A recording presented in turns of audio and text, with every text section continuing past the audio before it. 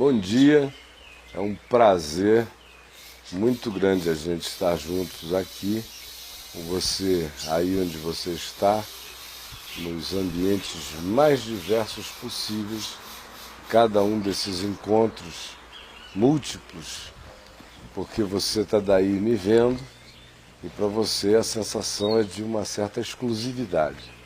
Agora, para mim, que só estou vendo você na minha imaginação, eu vejo os milhares de ambientes e situações e faixas etárias e possibilidades de necessidade, ou expectativa, ou ansiedade no coração de tanta gente. Então eu queria que você, diferentemente de todos os outros dias, aqui no Papo de Graça, quando a gente, em geral, ora ao final, hoje, diferentemente disso, eu queria começar orando. E orando por nós aqui, por você onde quer que você esteja. E enquanto a gente está de dia, às 9 horas da manhã aqui em Brasília, tem gente no início da madrugada em algum lugar do mundo nos vendo, tem gente no fim deste dia nos vendo já em outros lugares. Enfim, a Terra está nos seus movimentos, os fusos horários são diversos, os tempos no relógio são distintos, mas o momento é o mesmo. Nós estamos provando este mesmo momento juntos. Para mim é um momento matinal, para você é um momento noturno, para o outro é um momento na madrugada, para o outro é um momento na tarde, mas o instante desse encontro é o mesmo. Ele transcende os fusos horários, a redondeza da Terra, ele instantaneizou esse ato. Esse momento aqui, ó, só vai atrasar 4 segundos. Eu ouvi, você está ouvindo 4 segundos depois, o retorno. Mas é no máximo 4 segundos. 4 segundos até há pouco tempo atrás nem existia para a gente. Agora, com tanta subdivisão de tempo, com tanto nanotempo, é que 4 segundos parece que foi uma coisa longa e não foi. Olha só a instantaneidade.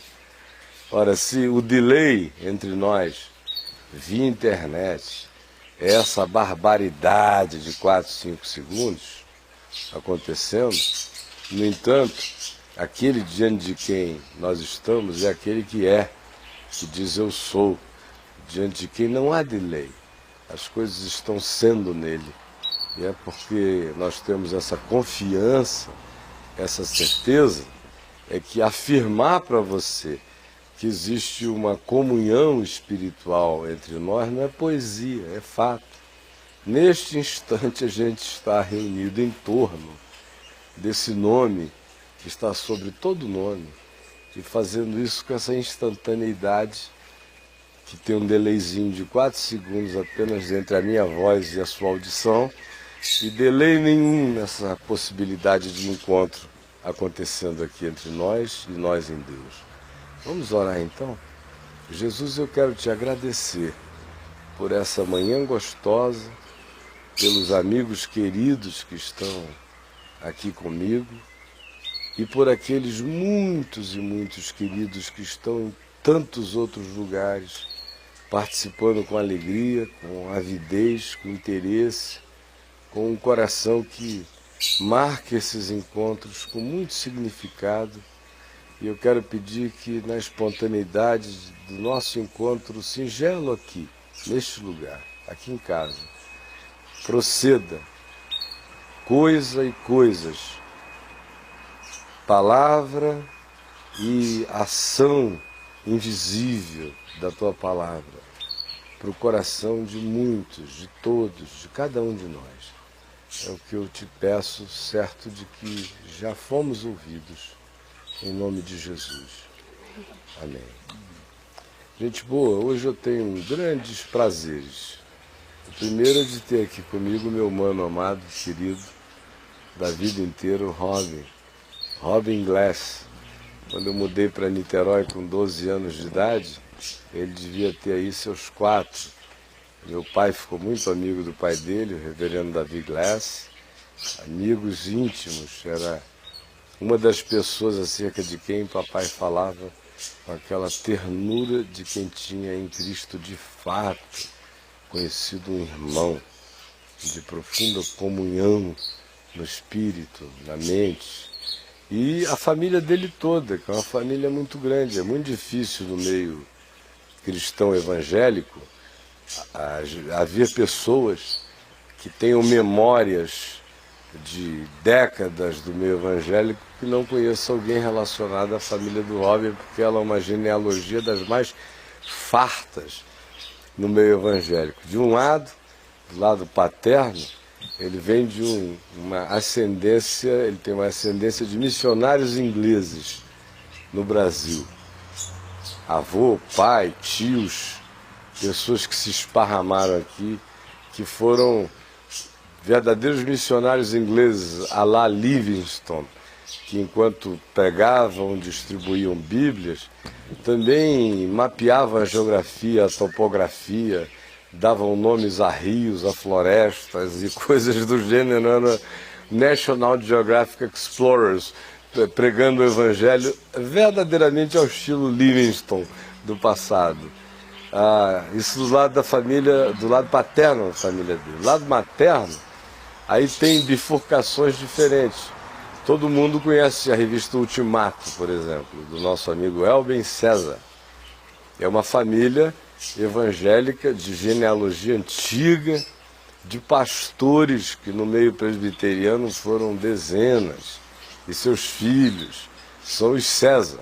Elben César, Aldo César, é uma quantidade enorme de César, né? Erle César, muitos Césares, já antecedidos pelos seus próprios ancestrais ligados à pregação do Evangelho, e muitos deles já eram filhos que continuam na mesma coisa. E de um outro lado, lado materno, tinha um lado César e tinha um lado Fernandes, Mafra Fernandes também, que é outro grupo, né, do reverendo Agenor Mafra, na igreja presbiteriana.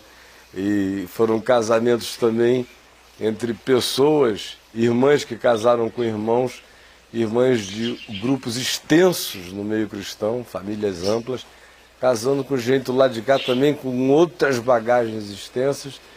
E no caso da mãe do Robin, ligando-se a um homem que tinha uma história de ancestralidade missionária significativa, de modo que você é um vértice. Você, quando chegou em Queiroz, você virou parte dessa família, né? Nossa família entrou na de vocês e a gente fazia parte de tudo. Todos os aniversários, todas as festas, todas as brincadeiras, todas as férias, as saídas juntos. E namorei uma prima dele, fui amigo dos irmãos dele, dos primos todos. O Robin naquele tempo era pequeno. 8 anos entre nós.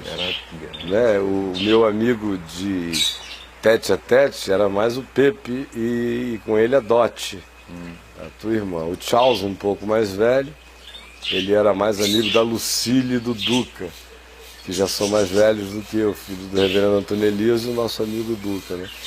E andavam muito juntos. Já eu era da faixa etária mais do Pepe, do Theo, do Cessé e tal. E o Robin era mascote. No meio daquilo tudo a gente foi vendo ele crescer. De repente, eu me lembro que eu mudei para Manaus em 1970. Aí eu voltei para o Rio em 72 com Arthur Vigílio Neto para me internar lá na Academia Grace de Copacabana. E apareci em Niterói. E levei um susto, porque eu fui embora, deixei um garoto. Aí quando eu voltei, 2 anos depois, ele tinha tomado um fermento, deu uma esticada doida.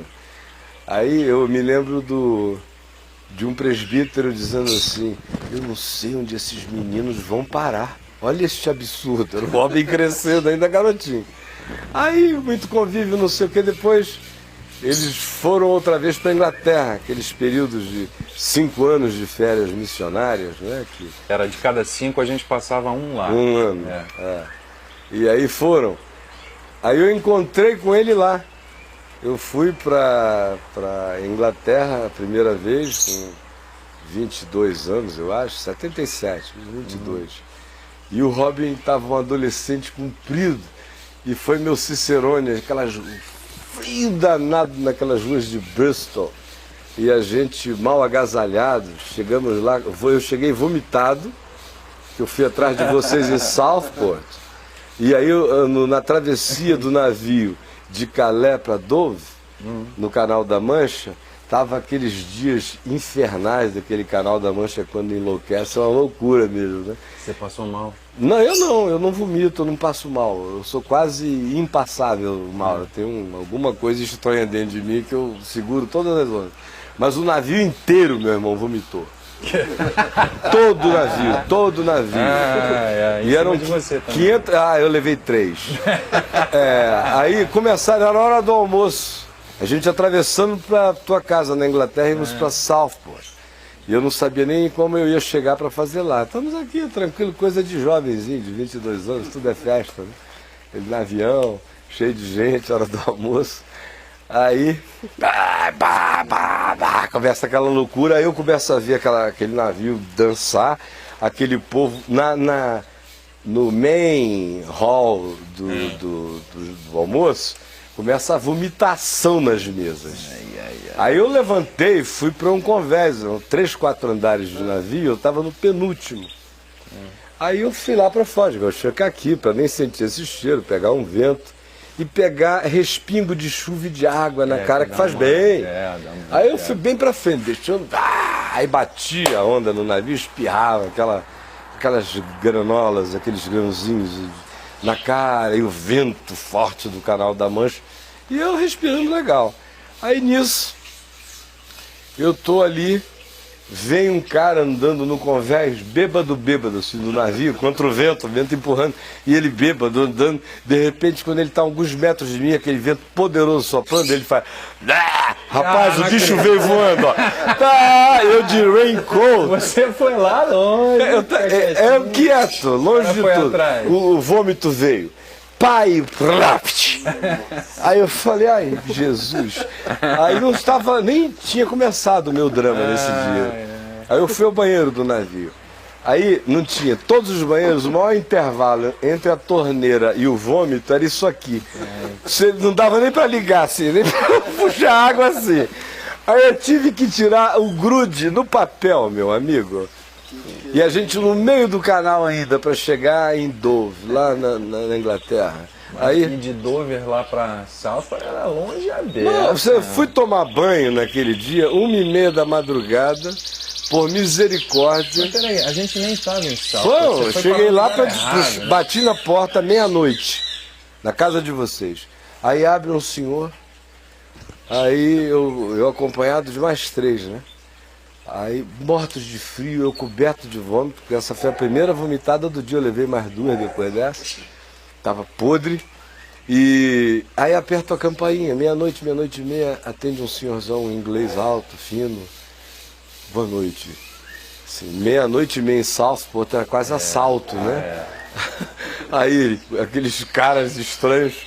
Aí eu, boa noite, por favor, o reverendo Davi Glass. Aí ele falou, oh, não. Aí eu falei, por quê? Aí ele falou, você está atrás do David Glass? Eu falei, é. A gente veio do Brasil, somos muito amigos dele. Ele, oh, não. Aí eu, mas o que houve? Ele falou, o David mudou para Bristol faz 15 dias. E nós estamos morando aqui na casa. Aí pegou o endereço, eu falei, e agora, o que eu vou fazer, meu Deus? Fechou a porta. Segunda-feira à noite em Bristol, não tinha um hotel aberto, pousada nenhuma, em Southport, nada. Aí a gente andando por aquelas ruas, nada, um frio de matar, aquele vento de Southport que entra nos ossos.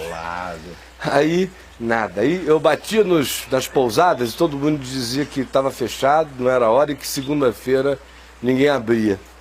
Foi pousada que não abria segunda-feira. Aí vai, quando deu 1h30 e a gente frisando no gelo, eu digo, eu vou arrombar uma pousada, mas a gente vai entrar numa pousada de qualquer maneira, eu não fico mais aqui fora. Aí fui lá numa pousada e veio um cara, abriu, eu falei, meu amigo, eu não vou ficar aqui fora. Já disseram em não sei quantas que não, já sei tudo, que não abre segunda, que essa hora não abre, mas eu estou morrendo de frio, eu vou dormir aqui. Amanhã a gente acerta. Aí ele virou e falou, entra. Aí levou lá para cima no segundo andar, era uma daquelas pousadas. Bed and breakfast. Quarto enorme, nós éramos quatro no mesmo quarto e um banheiro no corredor, né? Aí foi quando eu fui tomar banho, 1h30 da manhã, 2 horas, lavar, o excesso de vômito. No dia seguinte a gente pegou um trem para Bristol, aí chegamos na tua casa e a tua mãe, meu Deus, e além de tudo, a gente sem roupa de frio. Mas ela arruma. Ah, e ela foi? Você ficou com chapéu de russo. A gente saía pela rua com você de russo. Eu fiquei um russão. Aí fizemos grandes caminhadas ali por aqueles campos de Bristol, um frio, e você nos levando para todos os lugares lá. Aí foi outro susto, porque eu estava uns 2 anos e meio, 3 sem vê-lo, e agora ele já estava com 13 anos para 14 por aí, e já tinha crescido tudo quase. Com 14 anos você já tinha praticamente a altura de hoje, que é o quê? 1,90. 1,90 eu não sei, eu estou diminuindo, né? É claro, todos nós. Mas eu acho que eu já devo estar com 1,95, 4, por aí. Mas já teve mais um pouco. Aí o que aconteceu, a gente ficou ali, a dona Dorinha nos agasalhou para o resto da viagem, que ia ficar mais 2 meses pela Europa. Tinha comprado um Europass. Podia até a Rússia, se quisesse, 40 nações que cobria. E aí a gente sempre com as intermitências. Até que quando eu fui ser pastor em Niterói em 81, você ainda estava lá, aí voltou, ficou um período no Brasil, retornou para lá, a gente se viu lá de novo. E aí você já estava no Dulus. E eu fui pregar no Dulus, e você ficou o quê? 4 anos no Dulus? 3 anos. A gente se encontrou em Portugal, né? Em Lisboa. O Dulus estava parado no finalzinho da minha estadia lá. Passei 3 anos lá de carpinteiro, marinheiro, organizador. Era uma experiência bacana. Quando eu fui naquela ocasião pregar lá no Dulus, foi no Porto, foi na cidade do Porto, não foi em Lisboa, naquela ocasião. A gente se encontrou em Lisboa, na casa daquele missionário da Igreja do Nazareno. Schrader, gente boa. Muito bacana. Muito boa. Botei muito lá. Morei com eles 6 meses. Com eventos que ele organizava, o Schrader.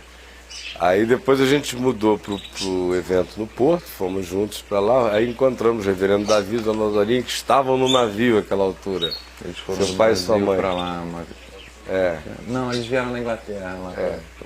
De certa forma, eles já tinham estado e aproveitaram que eu estaria e foram me encontrar. A gente passou aquela semaninha juntos lá. E a Silvia e a Cíntia foram comigo, lembra? É verdade.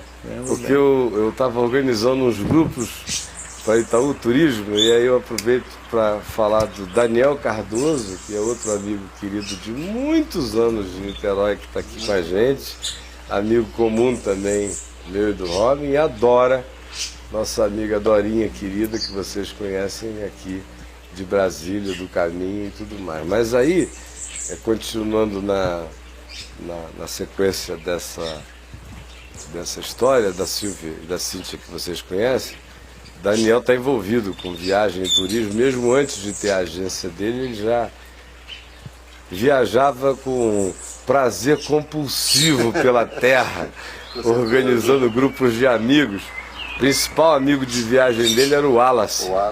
Wallace Nogueira, lá da Betânia. Então não tinha um ano que eles não organizassem uma jornada. E se não fosse ninguém, ia ele e o Wallace.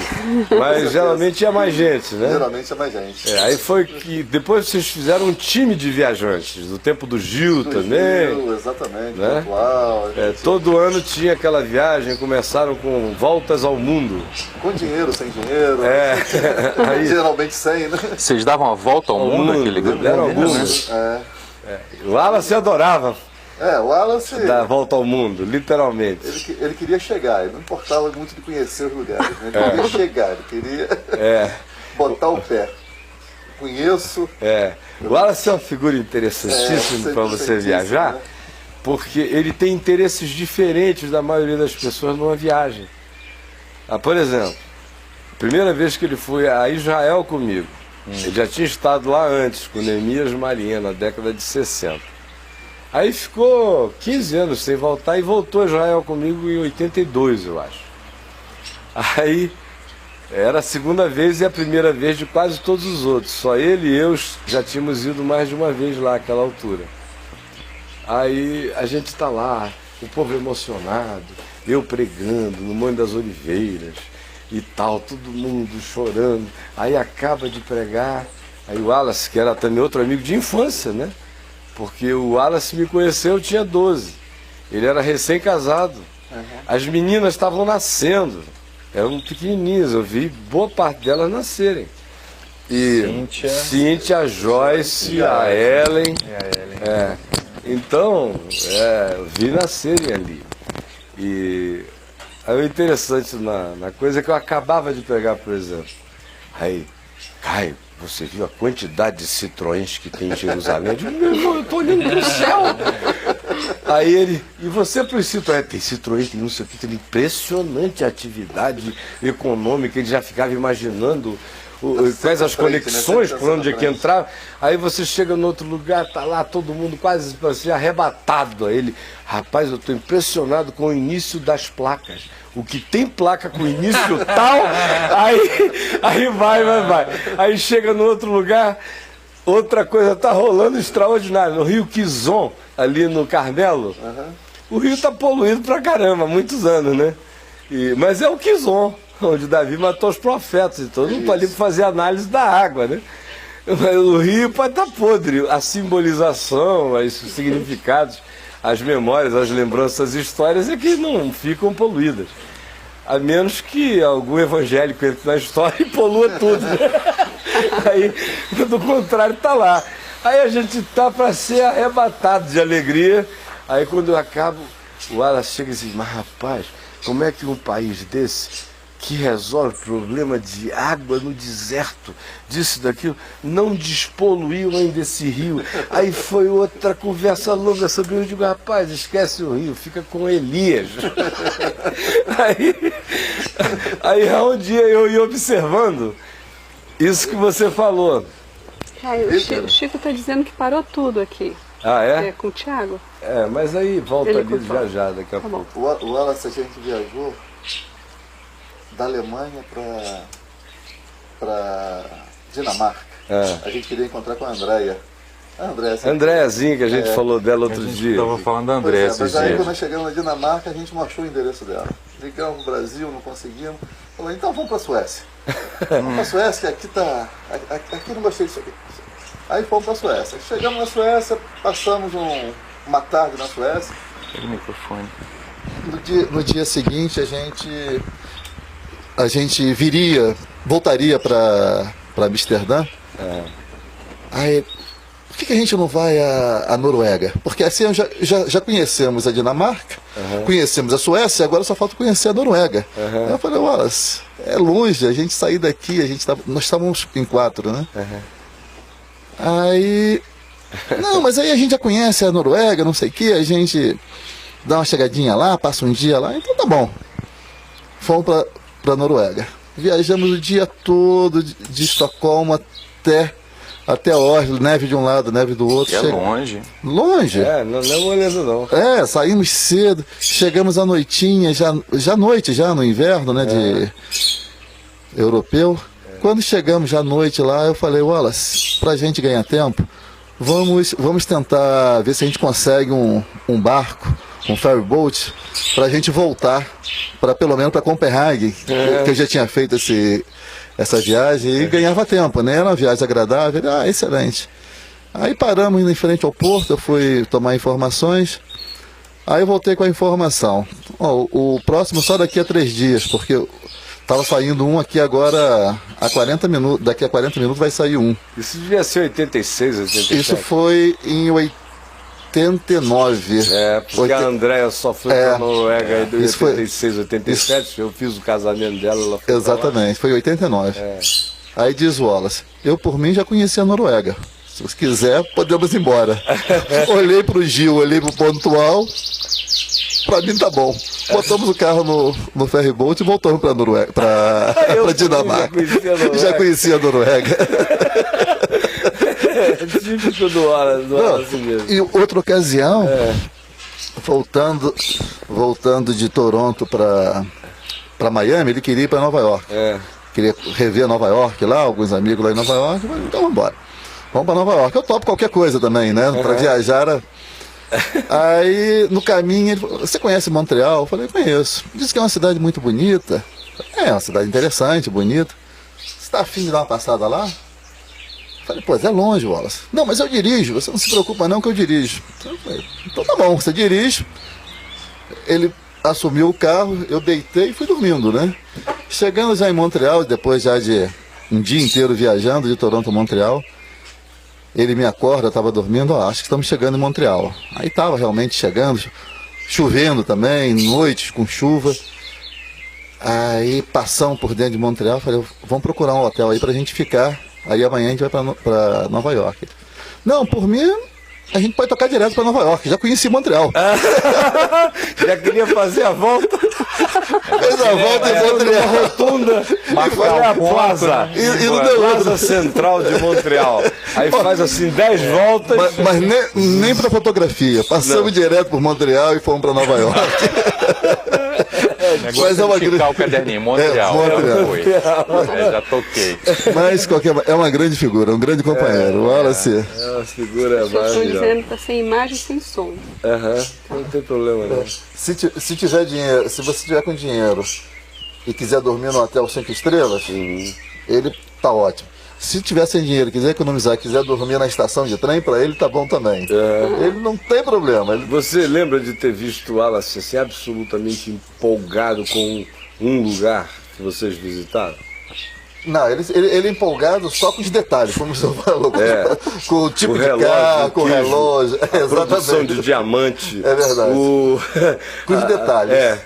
Como é que os moinhos rodam no lugar, são as tecnologias e as modernidades. E a modernidade, que ele vai pensando, a cabeça dele está sempre à frente, né? Ele vai pensando, vai desencadeando uma sequência de raciocínio, mas sempre... Eu acho legal quando ele pega você, ele começa a querer montar um esquema, um organograma invisível na sua cabeça. É verdade. Né? Ele gosta muito disso, aí ele sempre diz assim, imagina só.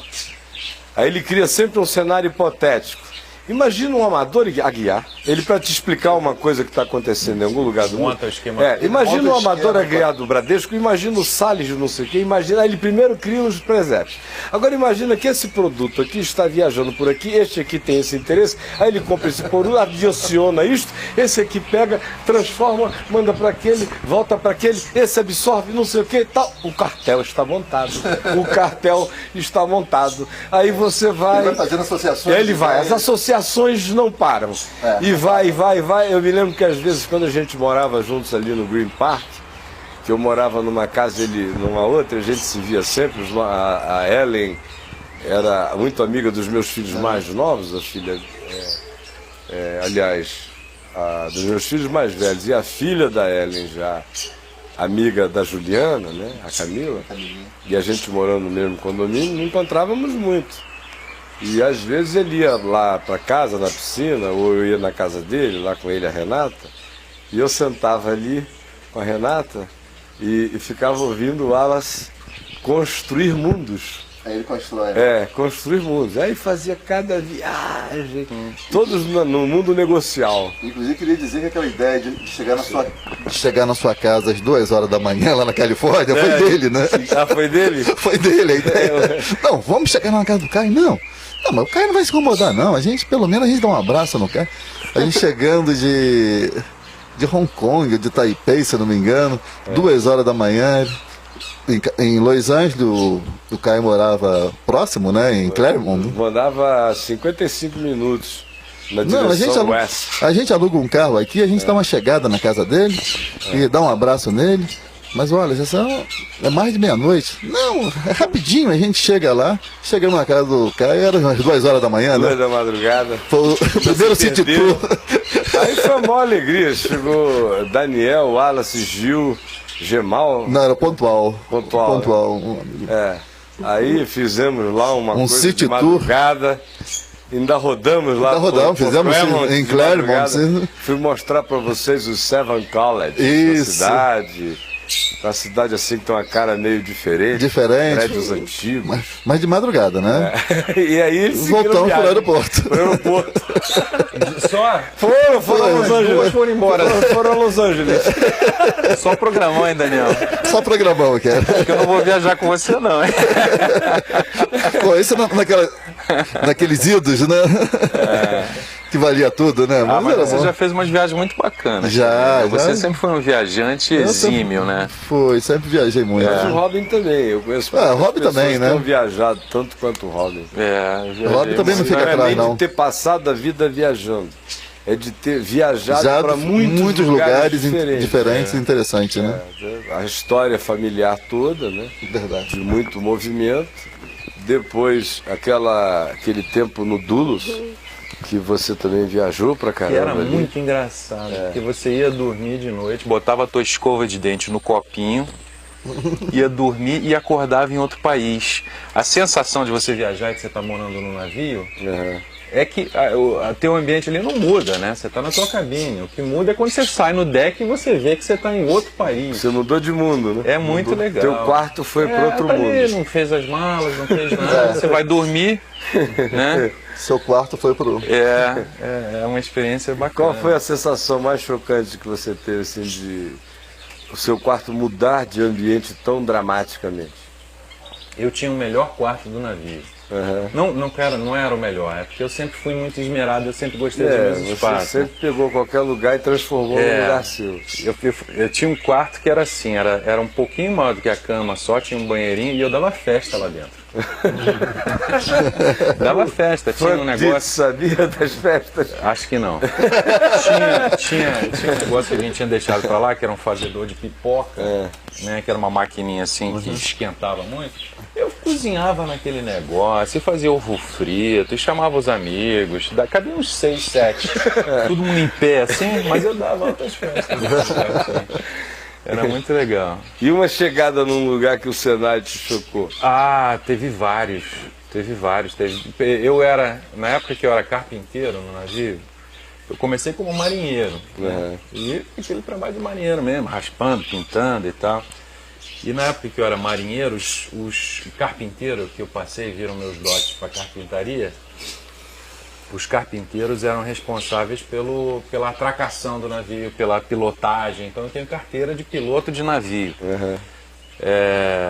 Mas quando a gente chegava no lugar, quem tinha a bucha de fazer o navio chegar ali no cais, né, a mão de obra, eram os carpinteiros, que eram assim uns 4, 5 caras. E a gente tinha os marinheiros que a gente coordenava. Mas às vezes a gente chegava num lugar, tinha uma tempestade, uma ventania, a gente chegou em Punta Arenas uma vez, que é a cidade mais sul do planeta, que é no sul do Chile, perto de Terra del Fuego. E tinha aquela cidadezinha no meio do nada, uma ventania, e o navio sendo empurrado para fora, a gente tentando chegar no porto, e aí tu tinha que jogar aquelas cordas, e são cordas assim, dessa grossura, né? E aquele negócio estica, como eu estava falando para a Adriana, parece que tem um cara com elástico gigante dessa grossura assim, esticado na tua cara. Um estilingue. E você tá segurando aquela corda ali, aquela corda assim de 40, 50 metros, tec, tec, tec, estourando. E de vez em quando estourava, era perigoso. Mas então essa experiência era você tinha que ter sangue de barata para fazer. De vez em quando machucava um e tal, mas tudo tranquilo. Aí vocês acordaram nesse cenário. Aí você acorda em outro cenário completamente diferente, né? Você vai dormir e acorda em outro lugar, e é mágico. Aquela volta pela Patagônia... Maravilhosa. Que é uma loucura, uma das viagens mais lindas do mundo, né? E também mais perigosas. Estreito de Magalhães, Porque foi lá que o Logos se arrebentou, né? Foi, um piloto subiu numa pedra, aí quebrou a espinha do navio. Vocês estiveram durante aquele período do Logos em situação, do Dulles em situação de Não, perigo? A gente já teve algumas outras situações de quase perigo, né? Porque você é uma casquinha, quando você está no meio do oceano, eu pilotava o navio. Então eu gostava de pilotar à noite, eu sempre escolhia o turno da noite. Porque daí você ia lá em cima, e eu moleque, eu tinha 19, 20 anos de idade, né? E o capitão te deixava lá, te dava o rumo e você ficava lá em cima na cabine, naquela escuridão, assim, aquele mar gigante, 300 pessoas abaixo dormindo, assim, abaixo de você pilotando aquilo ali, aquele negócio gigante. No meio do nada. No meio do nada, e te dá uma sensação tão clara de que você é um nada, basta uma ondazinha, você já sumiu ali. Uma nanobostinha, né? No meio do nada. Mas de vez em quando dava umas coisas lá. Na Noruega a gente estava te contando, né? Ontem à noite ele me contou um episódio que a Adriana nem estava presente, eu a chamei para ouvir, porque é uma brabeza, o cara mergulhar no meio da noite para trocar uma hélice de navio no meio do mar da Noruega ali no... Nossa. É um horror, né? É um pesadelo. Não foi eu que troquei a hélice, mas eu era o único mergulhador a bordo, né? Então eles viviam me chamando e não tinha equipamento. Eu cheguei lá no navio, o navio era de 1914, é o navio mais antigo flutuante do mundo, em uso, né? E aí eu cheguei lá, encontrei lá no porão do navio, encontrei 6 tanques de mergulho, daqueles da época de Mike Nelson. Você lembra do Mike Nelson? Lembro. Então, que tinha traqueia dos dois lados, assim, Jacques Cousteau, os protótipos do Jacques Cousteau. E tudo desmilinguindo, eu desmontei todos os 6 reguladores e tanques e montei um com as pecinhas que eu achei melhor. Eu usava aquilo lá, mas era meio arriscado. E aí eu mergulhava, de vez em quando eu tinha algum problema que eu tinha que mergulhar, e essa da hélice, a gente bateu a hélice no cais, o piloto era barbeiro pra caramba, ele foi dar a volta no navio, subiu com o navio, ele tinha uma traseira assim comprida, aí subiu por cima do cais do porto, mas foi um pega pra capar de gente correndo, uma gritaria, que o navio subindo, do navio virando, assim. Passando por cima, pegou um, como é que chama aquele negócio? Uma caçamba, daquela de ferro, entrou por baixo do navio, amassou aquele negócio, aí cuspiu a caçamba, aí a hélice bateu, aí quebrou um pedaço da hélice, a gente teve que ir pro mar, e aí foram me chamar para mergulhar para ver o que tinha acontecido com a hélice. Aí não é fácil não, de noite, mar da Noruega, Nossa. gelando pra caramba, e ter que botar aquele equipamento todo, descer no barquinho salva-vida. Foi uma experiência legal. E mergulhou, e a Andréia estava no jogo. Ela estava nesse. Foi.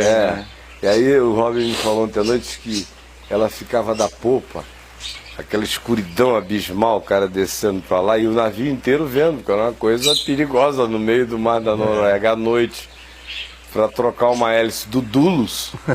Então, e alguns brasileiros estavam lá, mas ela era mais íntima, porque era de Niterói, tinha aquela coisa oriunda da mesma comunidade, a Betânia. E ele disse que ela gritava lá de cima. Como é que ela gritava para você? Lá na escuridão. Robin, Jesus está com você. Eu só vi aquela vozinha lá de cima. Bem típico da Andréia, né? E ela é toda assim preocupada, né? Toda docinha. Bem típico da Andréia.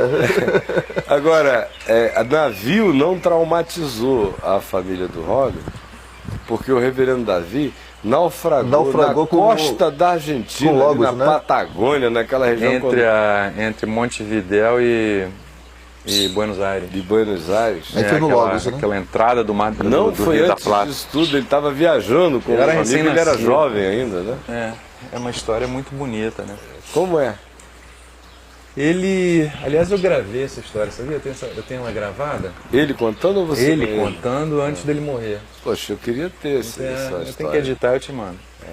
Mas ele estava com um amigo dele atravessando lá e o navio... Eu não vou saber contar como ele, porque meu pai era um grande contador de histórias. Era uma delícia, né? Você sentar aos pés dele. Era um cinema, era um filme. Era. E ele tinha voz muito... Ele Massa, né? É uma tradição de contador de história.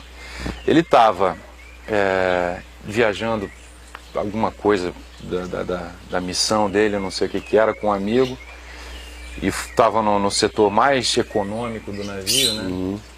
E acordaram no meio da noite com um movimento estranho, decidiram sair, o navio totalmente em escuridão, E eles subiram no convés e aquela gente já correndo e tal, e ninguém sabia o que estava acontecendo, tudo escuro. E botaram a roupa de aquele life vest, né? E de repente sai uma labareda da chaminé, né? Gigantesca do navio, e ele falou que tiveram assim 3 segundos de silêncio total, de pânico. E aí veio aquele pânico em todo mundo, começaram a correr, e aí foi aquela loucura. O navio tinha batido numa outra coisa de baixo, rasgado o casco, estava enchendo d'água. E eles afundaram. Só que era tão desorganizado que foi aquele pandemônio de barcos sendo jogados para fora sem ninguém, e gente se atirando lá de cima da água gelada. E água ali e os músicos gelo, querendo salvar os instrumentos, e jogando mulher e criança. Foi uma loucura. E ele só saiu fora, foi com esse amigo dele e foi descendo pelos corrimões assim, externos do navio até um convés inferior, que quando chegou lá já estava debaixo d'água. E eles foram entrar na água e o amigo do Dado na hora virou e falou: escuta, eu não sei nadar. Aí falei: não, mas vamos nessa, você não vai ficar aqui, né? Aí entraram na água, meu pai foi puxando, ele estava com um colete, né? Mas para não acontecer nada, meu pai entrou de roupa e tudo, sapato, sobretudo, os dois, mas foi o que salvou eles, porque eles ficaram 5 horas na água. E meu pai contando a história deles naquela água gelada, só aquela... Na noite. No meio da noite, só aquele fogo do navio e o corpo ficando cada vez mais sem sensibilidade por causa do frio. 5 horas. E passaram 5 horas dentro da água até amanhecer o dia. Morreu muita gente. E que salvou eles foi as roupas, né? E aí a história que ele sempre conta, que as pessoas falam que ele... Não, você deve ter orado muito e pedido a Deus. Eu falei: não. Eu só lembro de uma coisa, que eu olhei para o navio, assim, aquela cena, parecia que eu estava vendo um filme, naquela água gelada, aqueles corpos flutuando, aquelas pessoas tentando se agarrar em alguma coisa. E eu lembro só uma coisa que eu falei: Senhor, você sabe onde nós estamos nas tuas mãos. E aí ele se segurou numa coisa, achou um pedaço de pau lá, e tinha uma mulher querendo desistir, ele segurou a mão dela, ele falou que ele conseguiu descongelar a mão dele, segurou a mão dela, e ficaram ali até de madrugada, e foram resgatados. Acho que mais meia hora eles não iam aguentar. Eu me lembro bem, eu ouvi a história várias vezes, ele me contando, porque eu sou de uma família de contadores de história e de ouvidores de histórias. A cultura da minha casa inteira era uma cultura de história. As nossas noites eram pintadas de histórias. E eu cresci ouvindo histórias, e os meus filhos cresceram ouvindo as minhas histórias, como hoje os meus netos ouvem. A Helena, por exemplo, adora ouvir uma história e é uma grande contadora de histórias. Também. E não gosta de fantasia, ela quer histórias da vida real. Ela chega, vai logo aqui, está com quase 10 anos, mas é uma menininha bem precoce.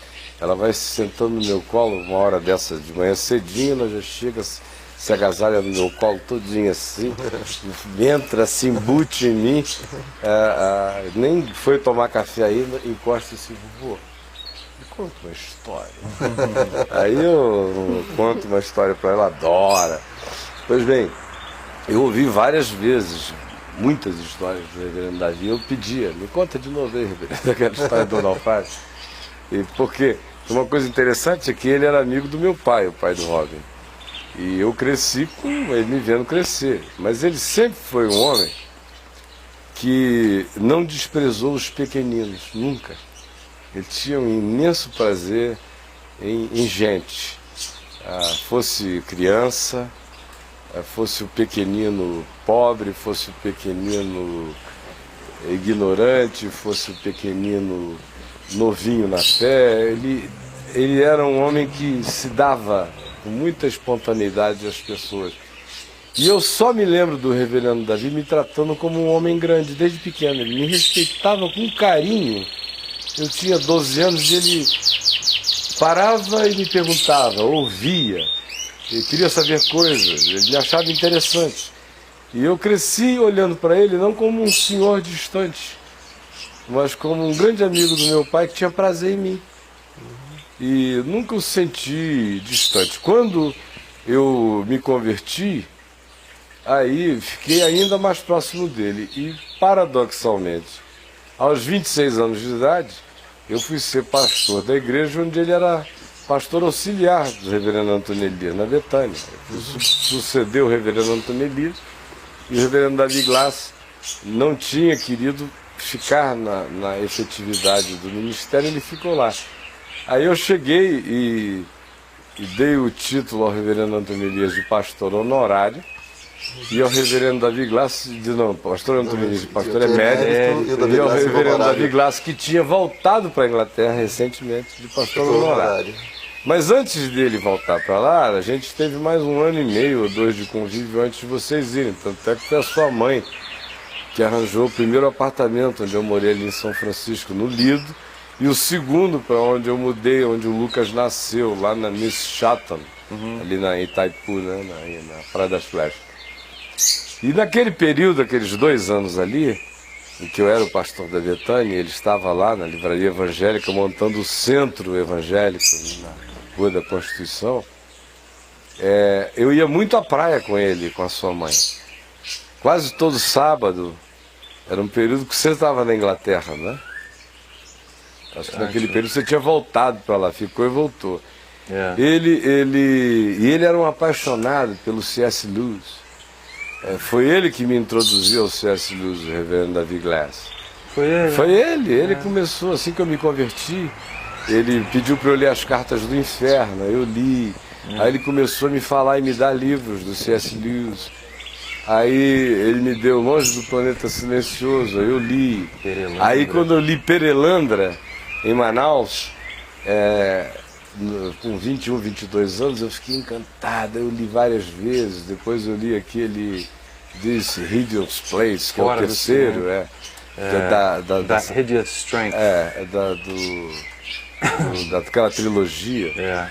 E aí mudei para o Rio e todavia antes disso eu ia lá todo ano, 3, 4 vezes pregar, eu conversava com ele e tal. Mas quando eu mudei, a gente viajou muito, geralmente aos sábados, ele passava lá por casa, vocês moravam em São Francisco, no outro extremo do bairro, do outro lado da pedra, eu estava aqui já indo para Charitas. Ele vinha caminhando a pé com a dona Dorinha, pela praia, aí chegava onde eu morava, que era no outro extremo da praia.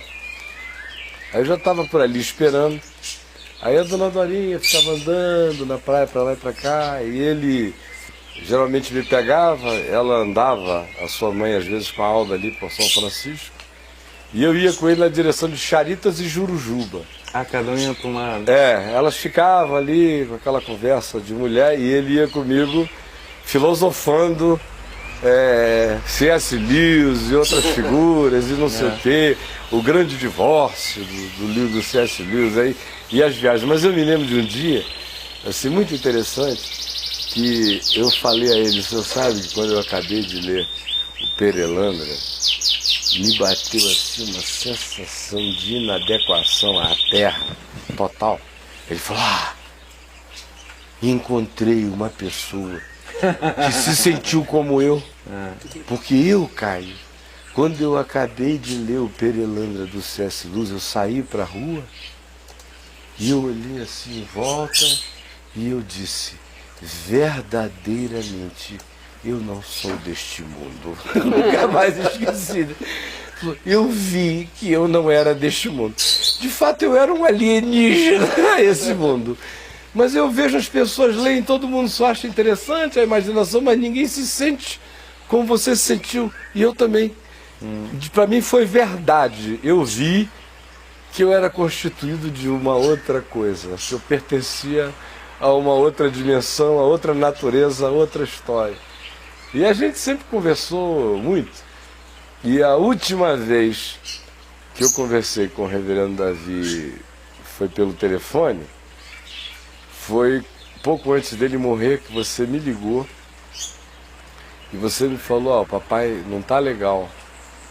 Ontem ele passou por não sei quantas operações, já tinham tirado o estômago todo, já estava, né? Foi no meio da operação E dele. ele com 90 e tantos anos já.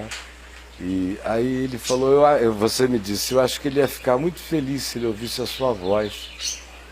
E dá uma ligadinha para lá, e você me deu o número do quarto de hospital, sei lá onde ele estava.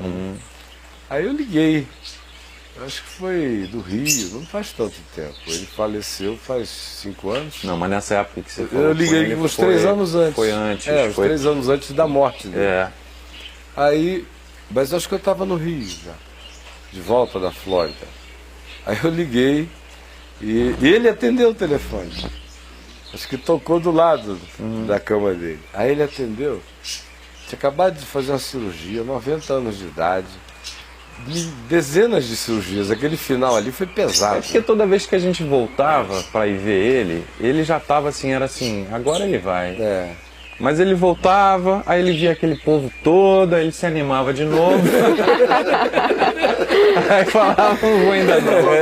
Aí ficava mais um tempo. Mas o chocante era isso, porque eu liguei e ele estava sem estômago, sem não sei o que, sem um monte de coisa, né? Reduzido a muito pouco. Ele atendeu o telefone e eu falei, Reverendo Davi, é o Caio. Aí ele, ô Caio, que alegria! Eu tinha sido operado 24 horas antes, arrancado tudo de dentro dele, as vísceras. Que alegria ouvir você. Olha, eu preciso lhe dizer uma coisa, o dia está lindo. Está um verão inglês daqueles raros. Estou olhando pela janela, o que eu estou vendo lá fora é um espetáculo, uma campina verde. Aí ele saiu descrevendo as cores, as flores, não me tocou no assunto de cirurgia, de coisa alguma, me descreveu um cenário lindo e disse, como eu gostaria que você estivesse aqui para ver esse dia lindo. Da pessoa, E ele foi um ser assim a vida inteira, né? E eu dou graças a Deus que ele não tenha vivido para ver o que a igreja evangélica se tornou no Brasil, porque ele fez parte de gerações que montaram em lombos de jumento, viajaram o Nordeste, o Norte, o Brasil Central todo, Bahia, interior do país, levando Bíblia como comportores para as pessoas, era pregando o Evangelho com a Bíblia, não era ideologizando gente. A fé original era tão mais carregada de convicção de que a Bíblia falava sozinha. Tinha até um livro chamado Sozinha, era o nome do livro, que ficou famoso na década de 40, 50, que eram as histórias do que a Bíblia fazia sozinha na vida de pessoas. Tem uma história interessante. Sem intervenção de gente. Como meu pai se converteu só com ela, sozinha. Né? Ele era. Tem uma história muito legal também, quando... Seu avô, Desculpa. Não, seu avô, não é? É, Que foi vender Bíblia em Pernambuco. numa cidadezinha, não lembro o nome da cidade, mas ele, quando os primeiros missionários chegaram lá, meu avô é missionário assim, em 1800 e alguma coisa, perseguido, aberto pelos católicos, pelos padres coronéis da época, né? E meu avô estava muito velhinho, Fred Glass. Meu pai falou, tô indo lá em tal cidade. Ele falou, pô, aquela foi a primeira cidade que eu vendi uma Bíblia. No interior de onde Judas perdeu as botas. E meu pai foi lá e falou, vou ver se eu descubro alguma coisa, se alguém lembra da história dele. Perguntou para os velhinhos nas praças, ninguém lembrava nada e tal, e tal, e tal. Aí no final de semana ele foi pregar em alguma igreja, alguma coisa assim, e foi falar com o pastor da igreja. E falou, não, meu pai esteve aqui. E falou, puxa, você acabou de resolver um mistério daqui da região. Que quando chegaram os primeiros missionários protestantes aqui, tinha um grupinho de caboclo que se reunia. Cada um tinha assim uma Bíblia, eles separavam as páginas, que a Bíblia já estava toda desmantelada, e eles tinham uma igrejinha assim, primitiva, sem influência de ninguém.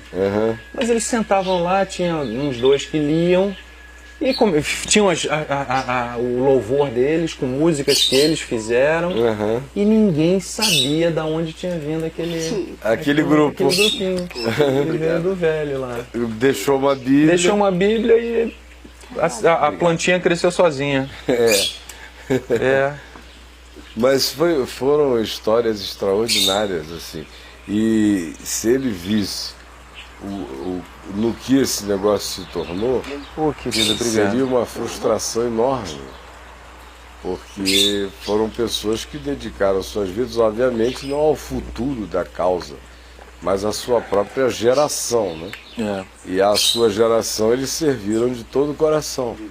Mas por mais que você sirva a sua geração de todo o coração, você está plantando sementes que você espera que se perpetue com a mesma qualificação, ou que até melhorem de qualidade no passar generacional, né?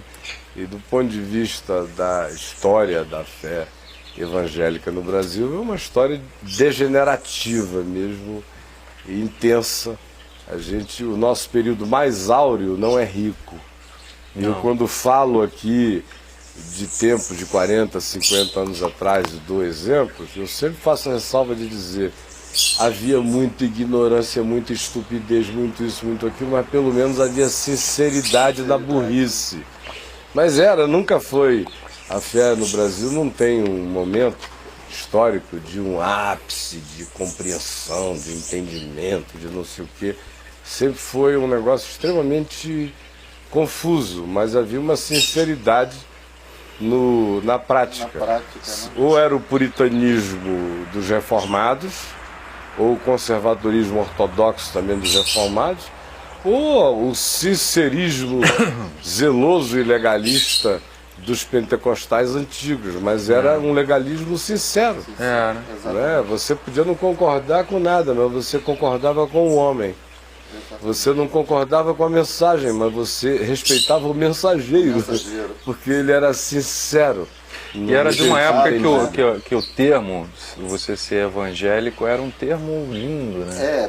E significava outra coisa. Era um significado lindo, né? E era um povo assim, falando, não, ele é evangélico. Nele você pode a qualidade confiar. do evangelho. Hoje em dia, eu me lembro numa ocasião. nos meios seculares, eu não falo de evangélico porque é palavrão. É palavrão. Eu me lembro numa ocasião, subindo a Serra de Petrópolis com meu pai, um garoto ainda, aí uma blitz, e meu pai tinha esquecido a carteira.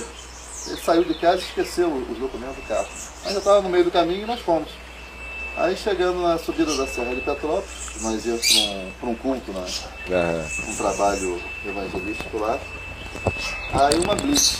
Aí quando o policial mandou meu pai parar, quando ele chegou próximo, o senhor é crente? Não pode ir. Porque tinha uma Bíblia em cima do painel. A Bíblia do meu pai estava em cima. Quer dizer, olha, você era respeitado por ser naquele evangélico. tempo, Daniel, você veja como mudou. Há 40 anos atrás, eu me lembro de empresários, comerciantes, donos de negócios, me dizerem, eu não vim, me dizerem, olha, eu dou preferência para contratar crente. Você não tem lá na sua igreja gente precisando trabalhar? Isso, porque era garantia de não ter problema, honestidade, integridade, pontualidade. Havia aquela herança da frugalidade protestante e da ética do trabalho protestante. O cara trabalhava para o sujeito como para o Senhor.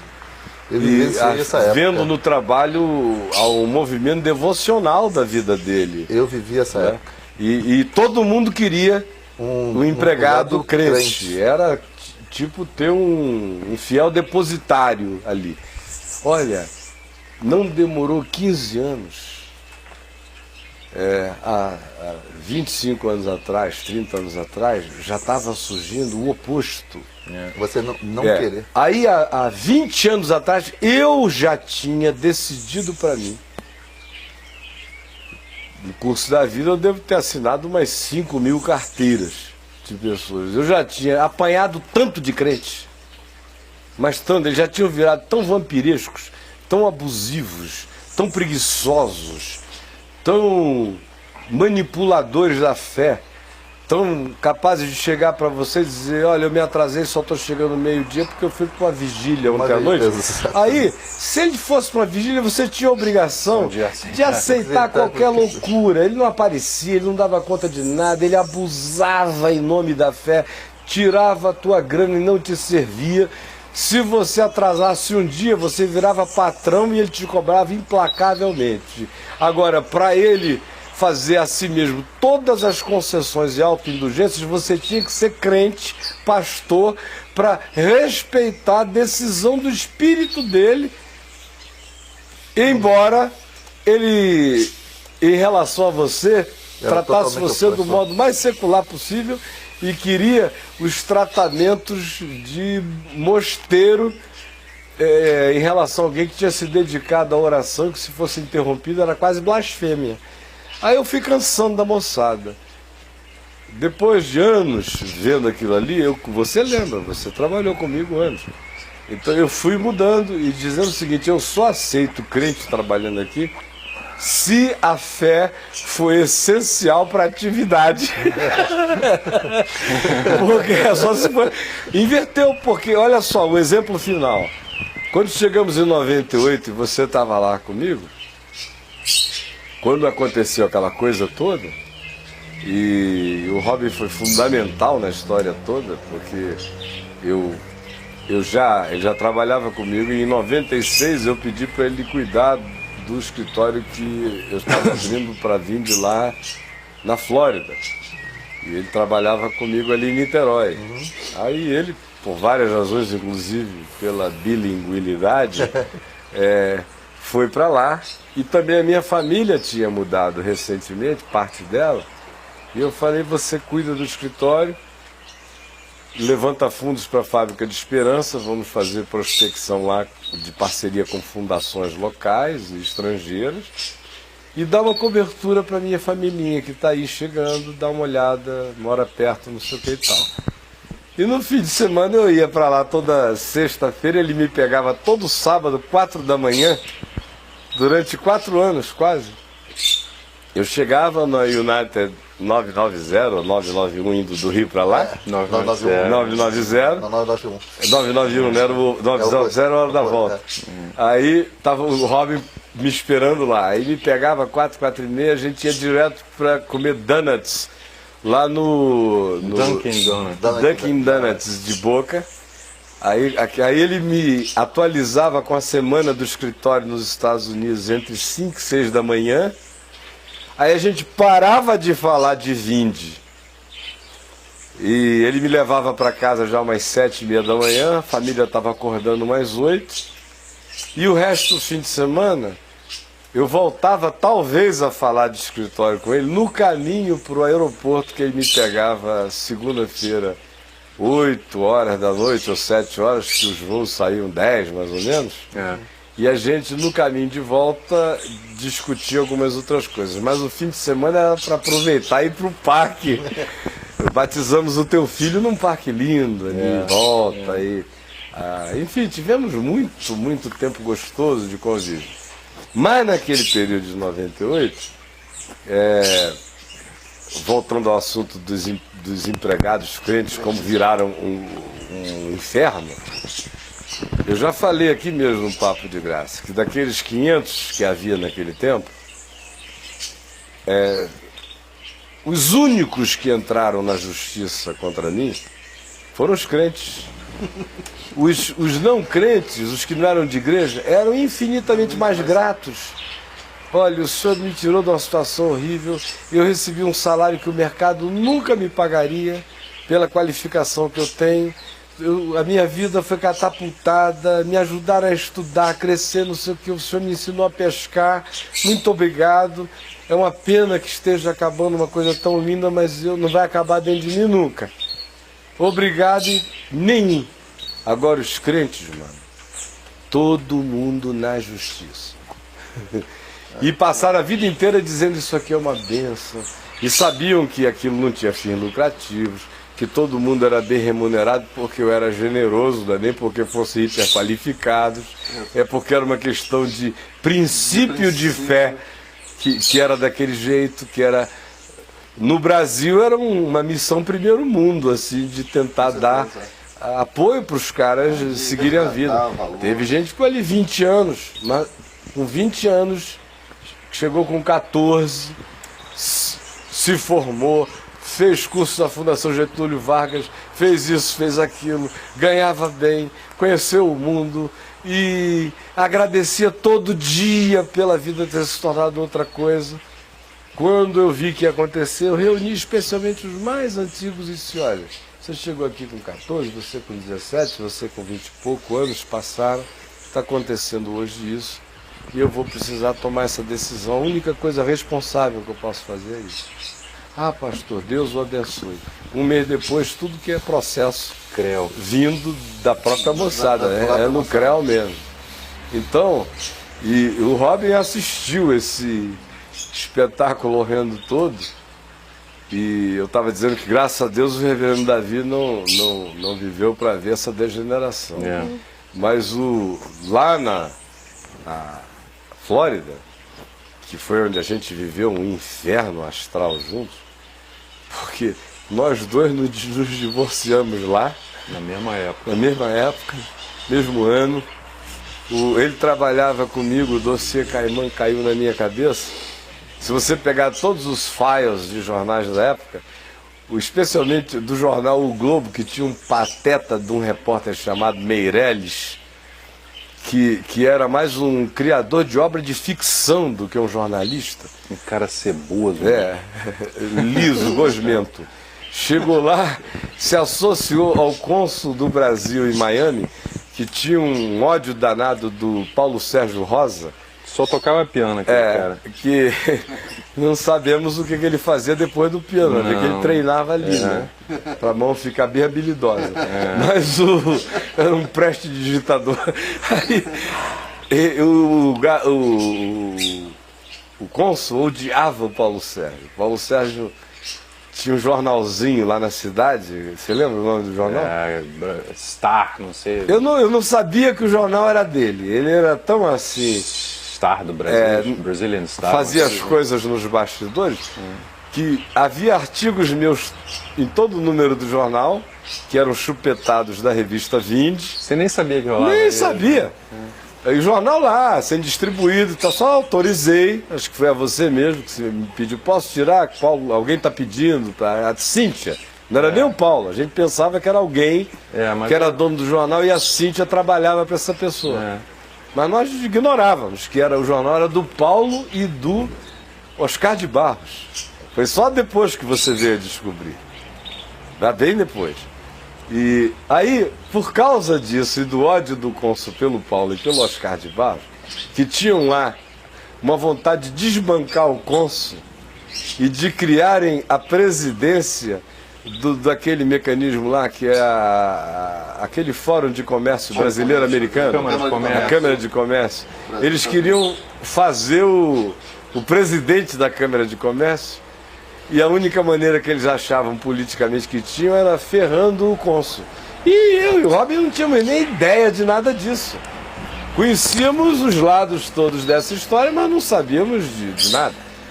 E o Paulo escrevia uma coluna lá sob o título de um autor desconhecido chamado O Sombra, que a gente não sabia nem quem era essa figura, ninguém sabia, que descia o pau no cônsul, contava todas as fofocas impensáveis do consulado, e o cônsul odiava o tal do Sombra.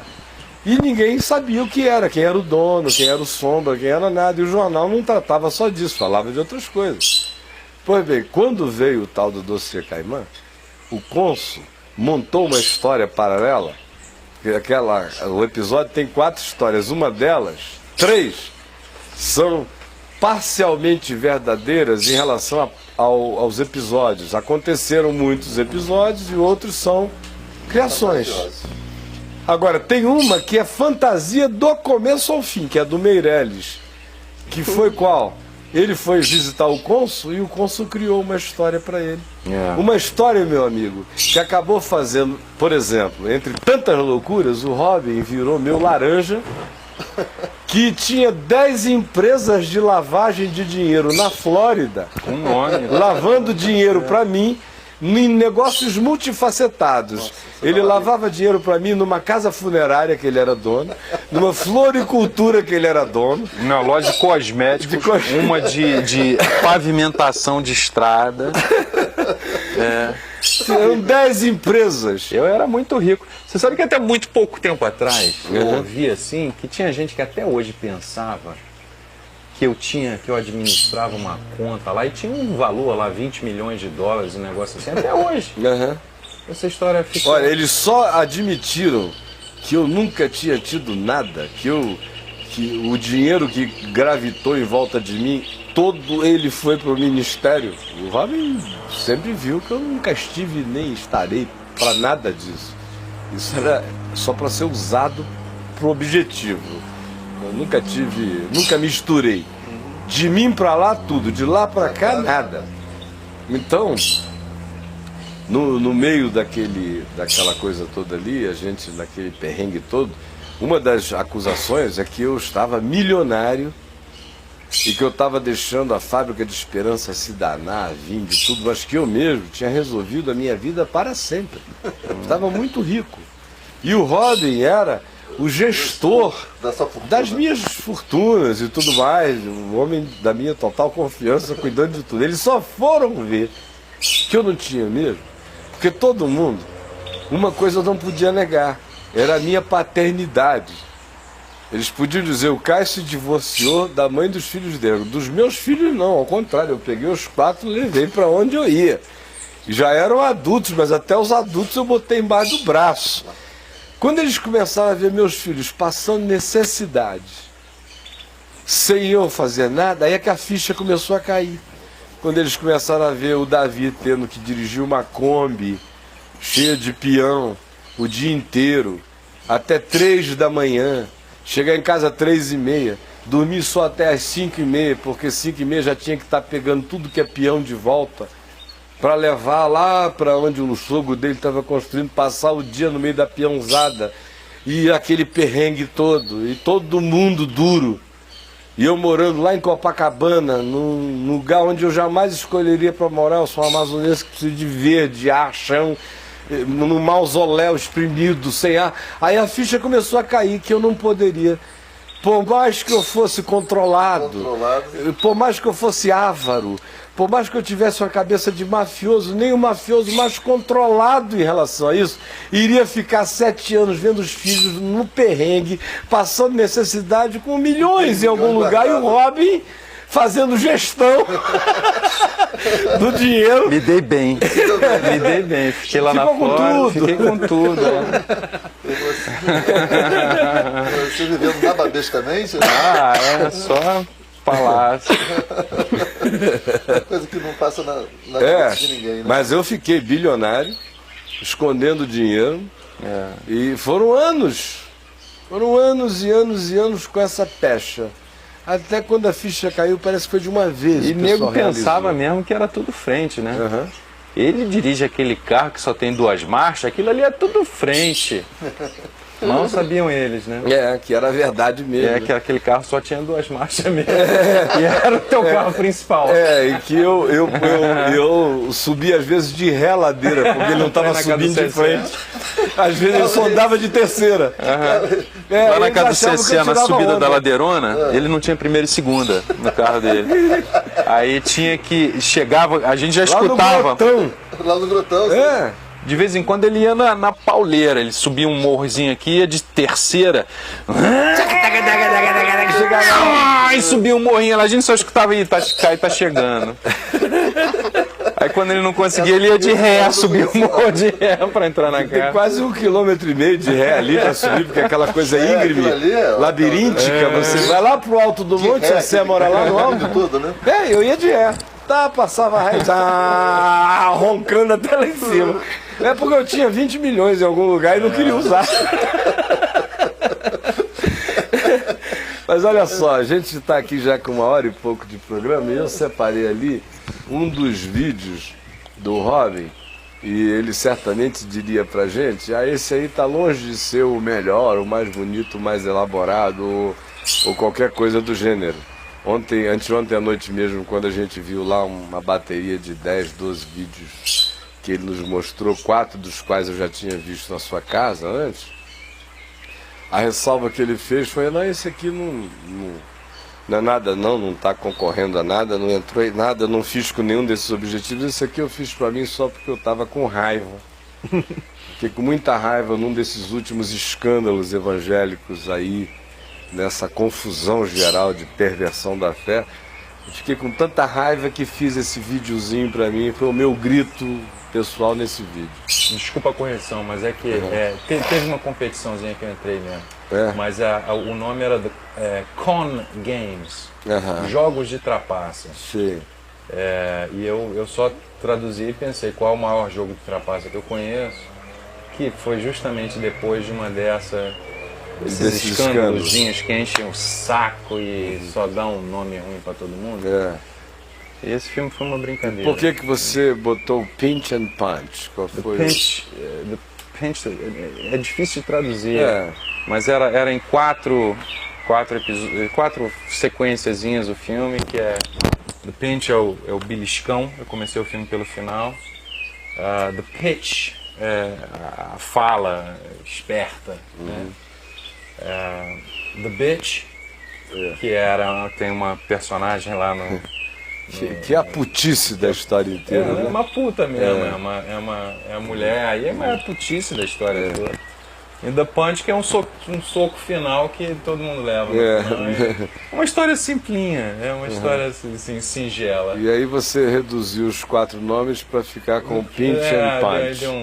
Reduzir, porque ficou muito longo, nem eu lembrava mais de o nome do filme. Aí ficou The Pinch and the Punch. Ia ser the Pinch, the Pitch, the Bitch and the Punch. The Pinch, um nome legal, hein? Só que pra falar, é muito difícil. E eu vou pedir pro Thiago soltar pra gente ali o vídeo, pra gente ver, e você vai assistir, logo depois a gente vai encerrar. De fato, você percebeu que hoje o Papo de Graça não foi como sempre, quando a gente conversa um monte de conteúdo de natureza bíblica e espiritual. Isso aqui de fato é um encontro de amigos e um momento gostoso para o meu coração. Então, Tiagão, solta aí, meu querido, o Pinch e o The Pinch and the Punch.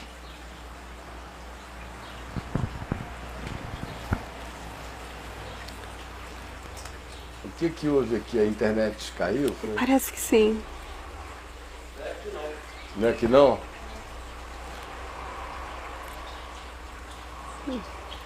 Assim o tempo todo.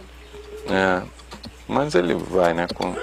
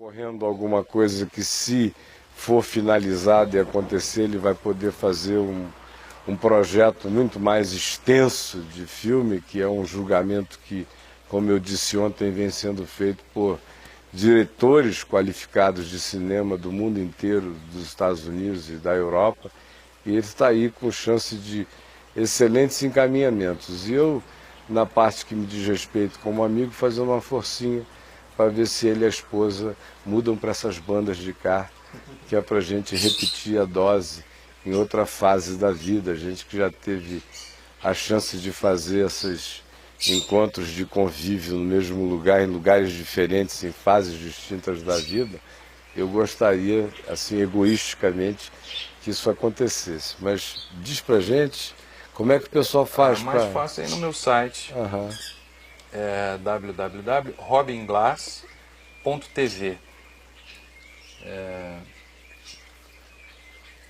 Tá tudo lá. É um lugar mais simples de acessar, é ali. Os vídeos podem ser vistos em HD, tem algumas coisas de arte também. Lá tem um link para o site da minha esposa, a gente está trabalhando só com isso agora. A Paloma é artista plástica e eu estou fazendo filmes. E era legal eles darem uma olhada também no site da Paloma, que tem muita Tem coisa muita coisa legal. bonita, né? Ela está fazendo muita coisa bonita e tal. Mas lá você pode ver, só tem um pouquinho de paciência, que os filmes são em HD, deixa no pause um tempinho. Então é só isso. Já faz anos que o Robin gostaria de se dedicar só a filmes. Anos também que a primeira vez ele me falou sobre a gente fazer alguma coisa com filme. De vez em já tivemos projetos assim para começar de fazermos documentários elaborados, aí a vida sempre gerou outros encaminhamentos. Esses dias a gente voltou a falar de novo firmemente em fazer algumas coisas nessa área de filme, de documentários de boa qualidade, bem feitos. Então vamos esperar ver o que o Senhor tem, né? A gente não está nem boiando no frio gelado do mar da Patagônia, mas a gente diz a mesma coisa. Fazer um filme, a gente diz a mesma coisa, Senhor, tu sabes aonde eu estou e eu estou nas tuas mãos. E é só isso que a gente precisa saber cada dia da vida. O que importa não é que eu saiba onde eu estou. O que me importa é saber que Deus sabe aonde eu estou. E a mim importa saber que aonde quer que eu esteja, eu estou nas mãos de Deus. Seja no mar da Patagônia, ou seja no conforto do dia mais fresco e brisoso da sua vida. É na mão de Deus que existe esse lugar, esse refúgio, esse conforto, esse cantinho para ser em conforto total diante de Deus. A gente vai ficando por aqui. E o Daniel está aqui também para a gente conversar sobre a próxima viagem a Israel, que nós vamos fazer no início do próximo ano. Vai ser que data mesmo, meu querido? 16 Pega esse microfone aí um minutinho, por favor.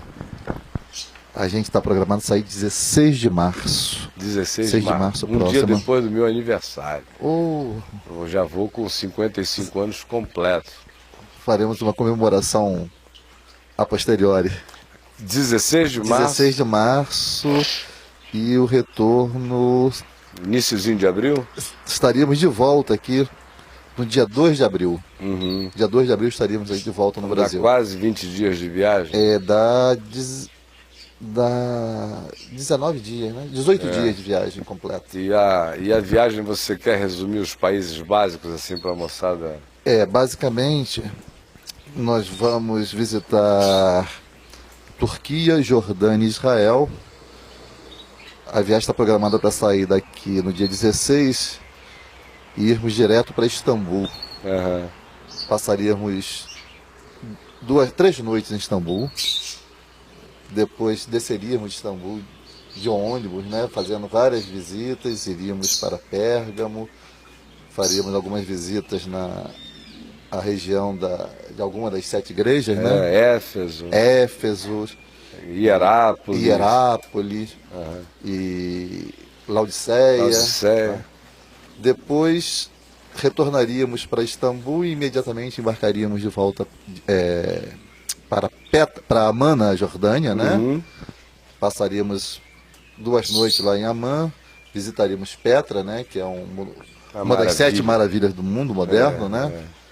Faríamos toda aquela visita, visitaríamos no caminho o Monte Nebo, faríamos uma série de visitas. Porque a visita à Jordânia, além de ser porque Petra é deslumbrante, mas a história, Tem muita toda história. história bíblica, histórias Não. extra-bíblicas, os nabateus, períodos riquíssimos, Novo Testamento, o que aconteceu ali naquela região inteira relacionada a Jesus.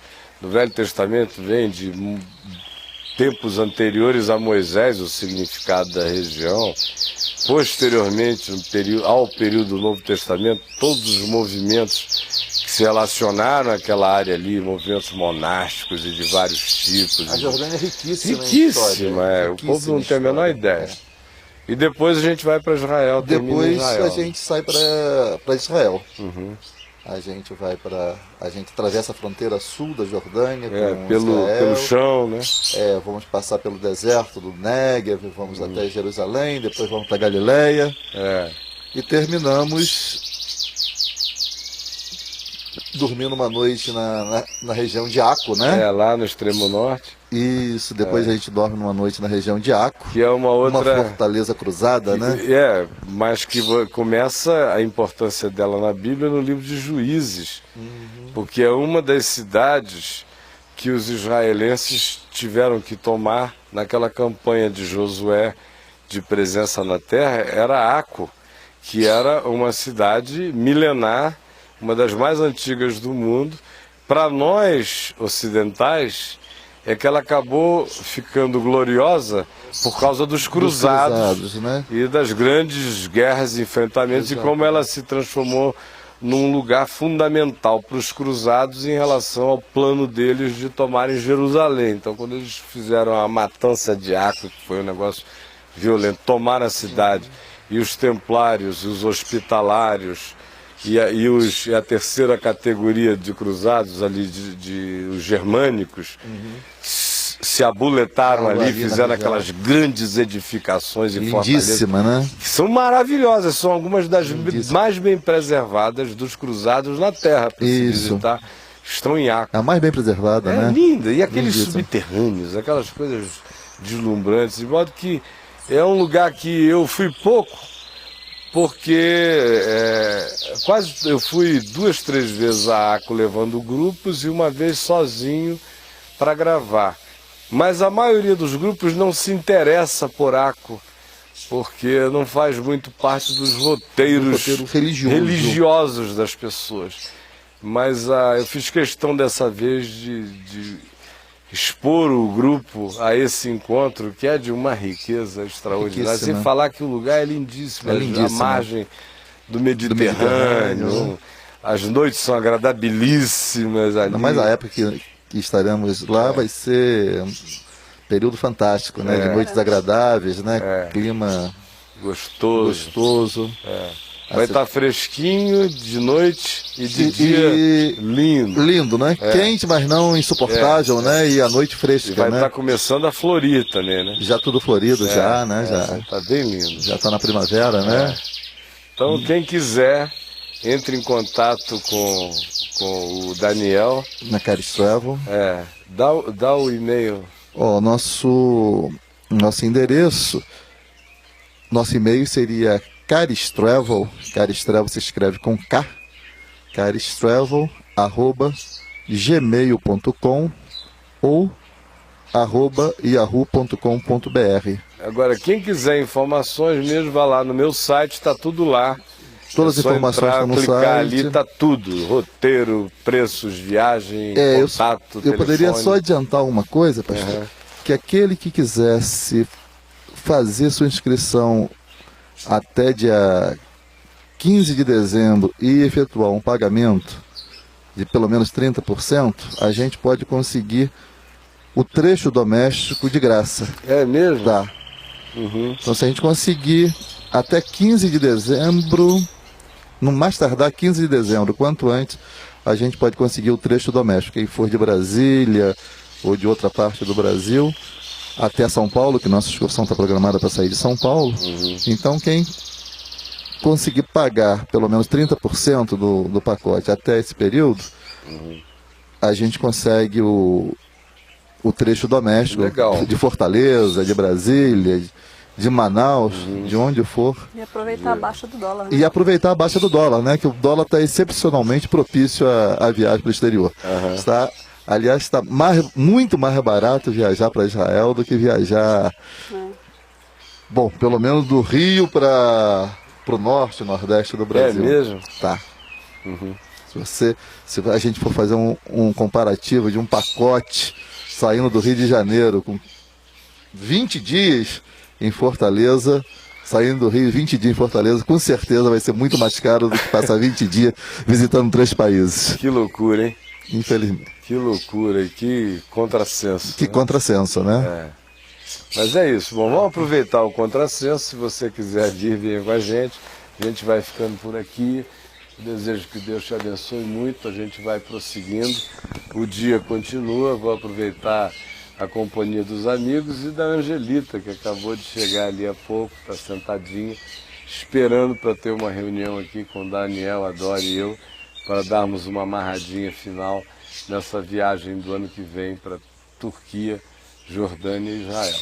Você vai assistir a reprise desse programa às 3 da tarde, às 9 da noite de hoje, e a gente continua juntos, com a graça de Deus, todo dia. Deus o abençoe, um dia bom em qualquer lugar da terra. Tchau, tchau. Bye.